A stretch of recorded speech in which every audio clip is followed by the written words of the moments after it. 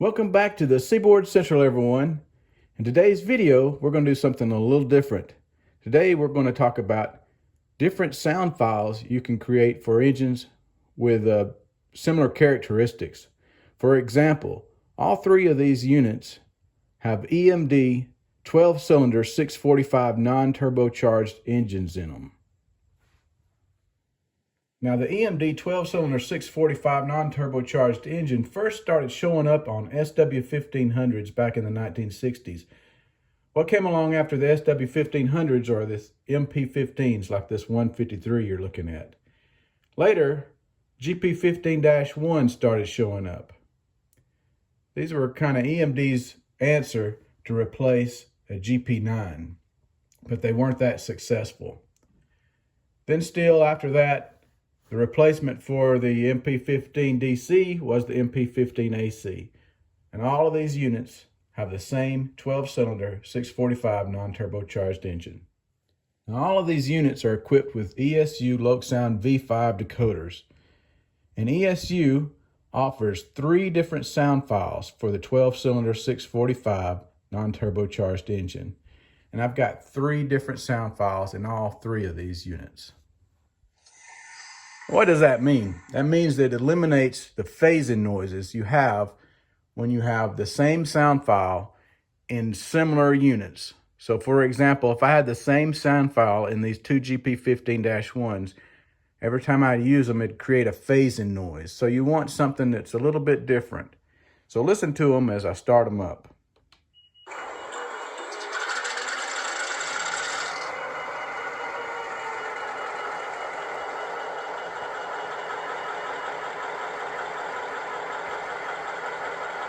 Now you can hear them idling, and all 3 of these sound files were recorded from different units. For example, the 151 was recorded from an actual GP15-1.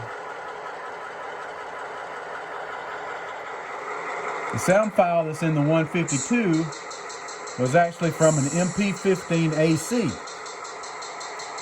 And finally, the sound file that's in the 153 MP15 DC was actually recorded from an EMD SW1500. So all 3 units have different sounds coming that are recorded from 3 different locomotives. So let's watch and listen to these units work.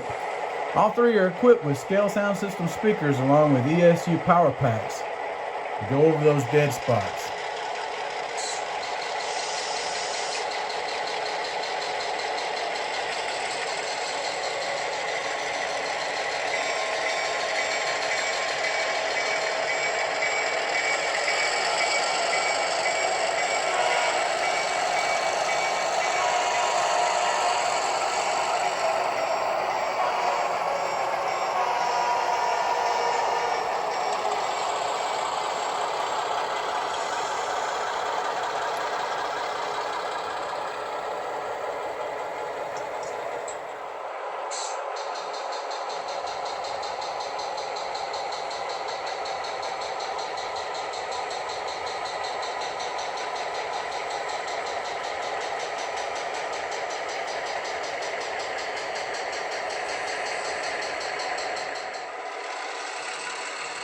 One of the cool things that's in the latest update of the Lok programmer software is you can adjust the bass and the treble on the units.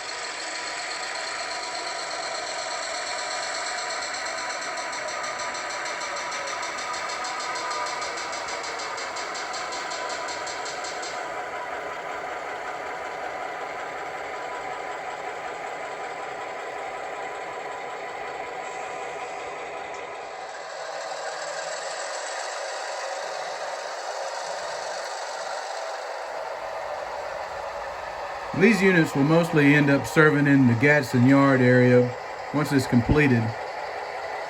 But man, they sound great together and they are so fun to switch with.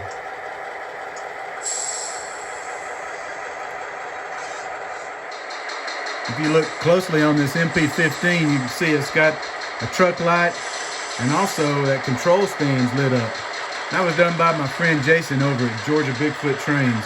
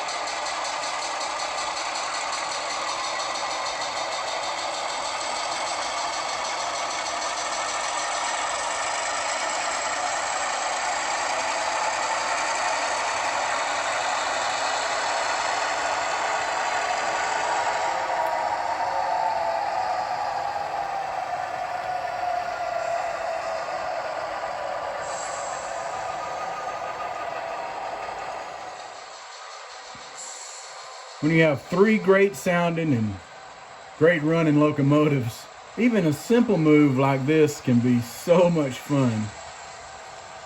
Especially when you pair it up with a proto throttle.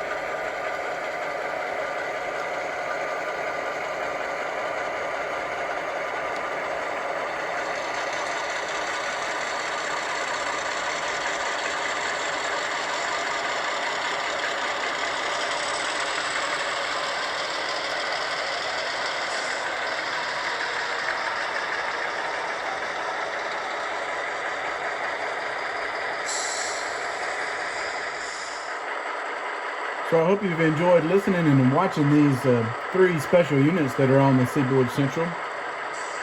Just a special note, these are actually three former GATX units, as you can see by, they're still in their original GATX paint scheme. They showed up on Seaboard Central property in 2012 and the paint schemes were practically brand new, so Seaboard Central management just patched them out, renumbered them, and put them into service. They're going to be great units to be working in the yard.